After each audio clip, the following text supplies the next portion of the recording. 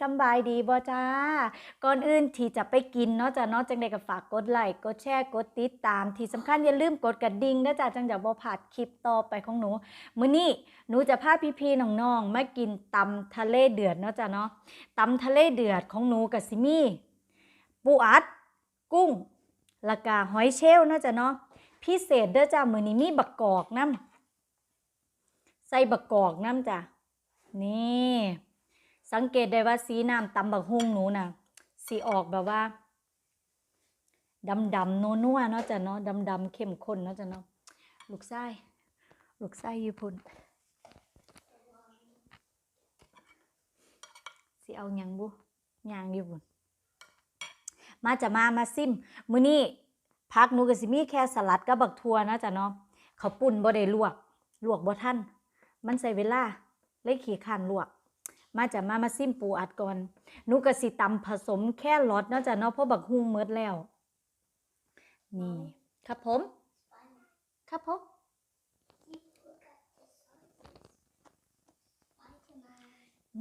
Can you show here please Wow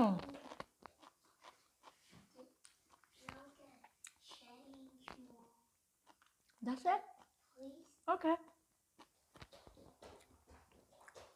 ได้โอกาสจักไปคนยังออกมาแล้วแม่กำลังกิน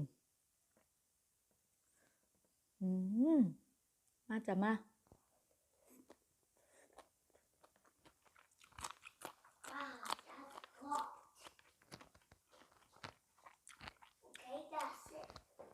Good boy. It's all good right now. Yeah, my hat. And Mommy, I love you. Spicy John. ครับ See all the jacket set. หอยเชลล์ใหญ่ๆอวบๆเลยจ้ะ The cookie. ครับผมโอเคครับใหญ่ๆอวบๆหิว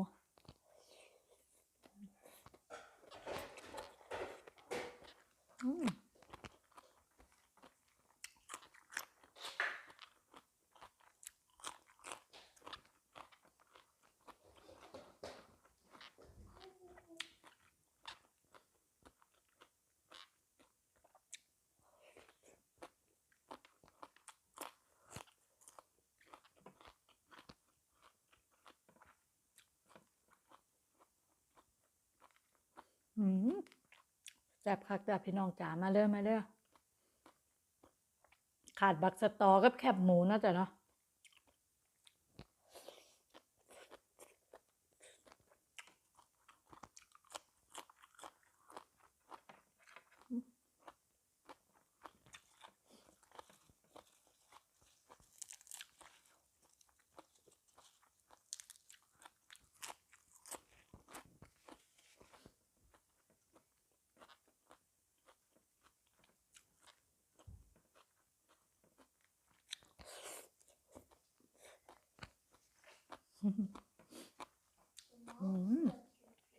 กุ้งลวก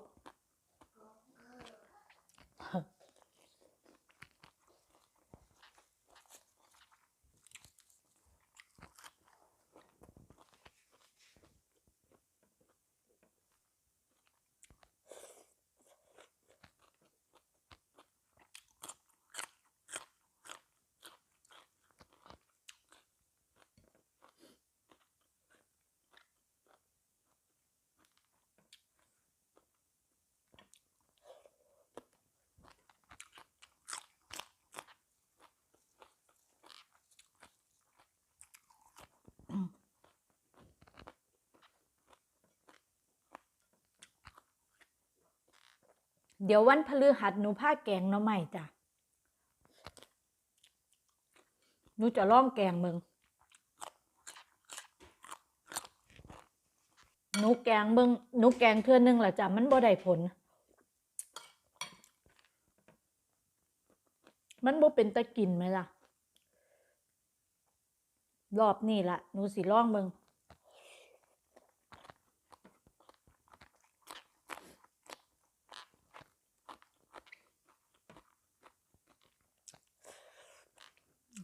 อ อืม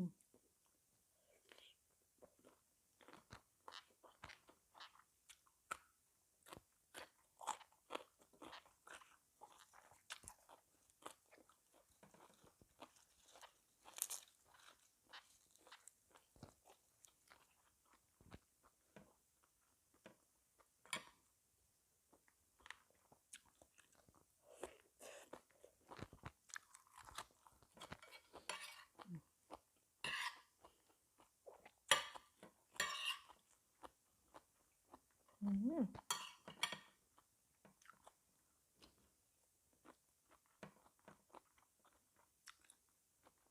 บัวจ้ะ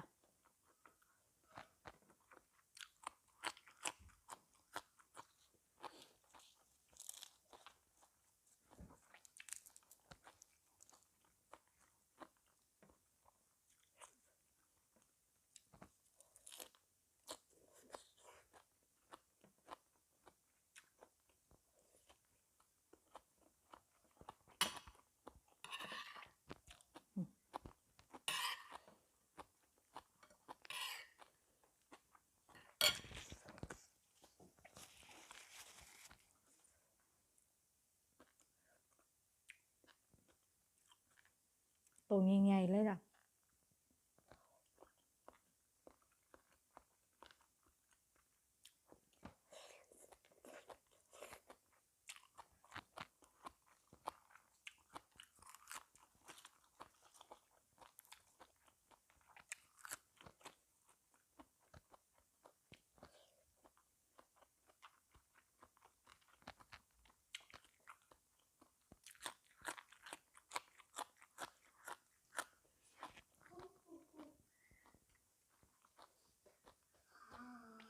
โอ้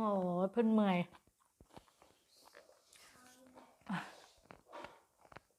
หนูไปหับมาตะบ้านเนี่ยจ้ะ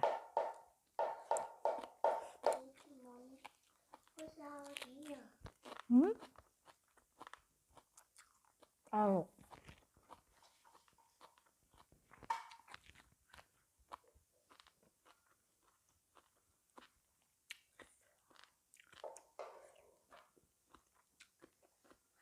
อืม Why put carrots together?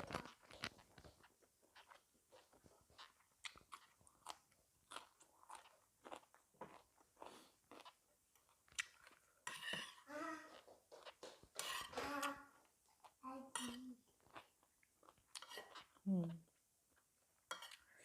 น้ำตำบักหุ่งอืม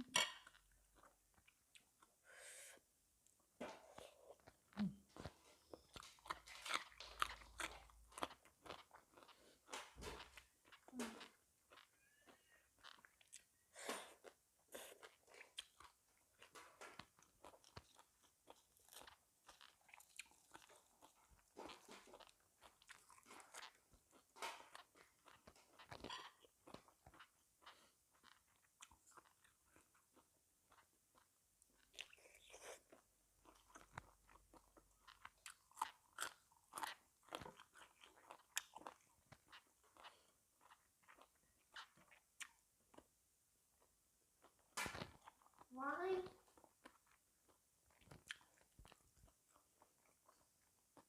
Got one.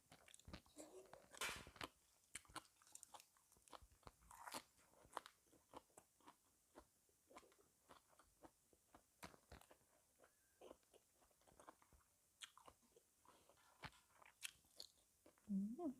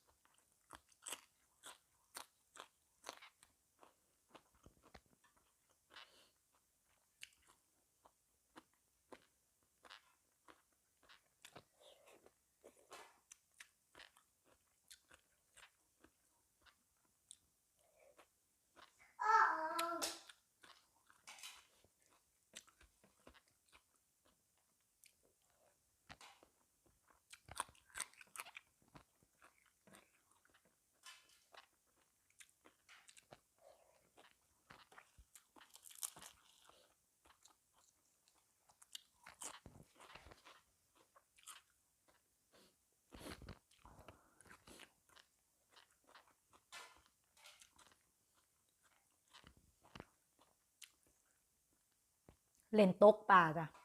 ตกปลาอยู่ผู้เดียวมื้อนั้นเล่นกับหนูแพ้หนูโวยวายเริ่มโวยวาย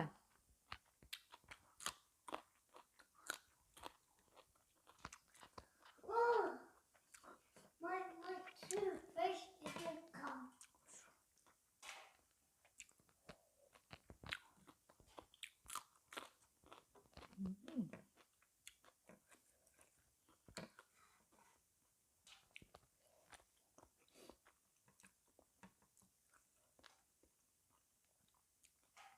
จักหิวบ่หิวจ้ะสังเกตเอาบ่ปากบ่บอก No one fish didn't come yet.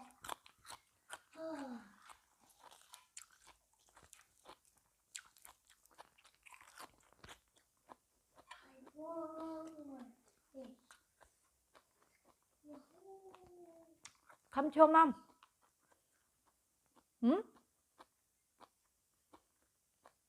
Mommy, ครับผม I want all the fish.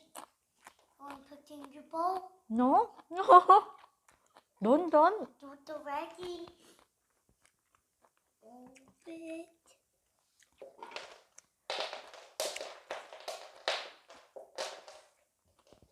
how you do fishing can you show please Mommy, you're fishing with a stick. อ๋อครับผมyeah Go, baby. แมงวันเด็กกินปลาแดกหนูมาก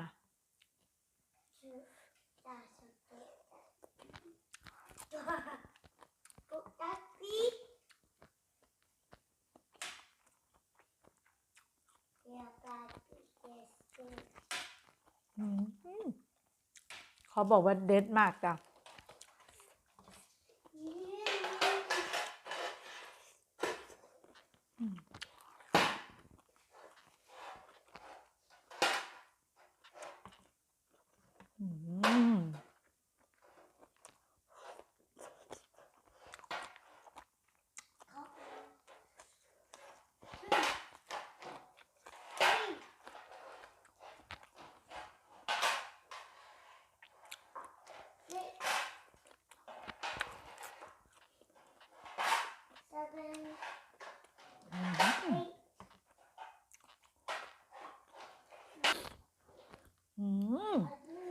มาจ้ะมาแซ่บๆหมดแล้ว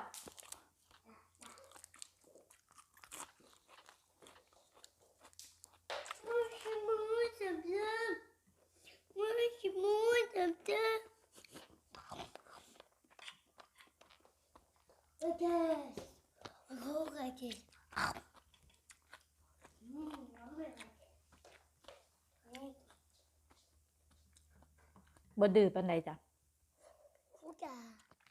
แซ่บนัวครัวสิขอบคุณหลายๆจ้าสำหรับการติดตามจังได้กับฝากช่องหนูในเด้อจ้าแซ่บนัวครัวสิพอกันไหมคลิปหน้าจ้ามาไว้ไปไว้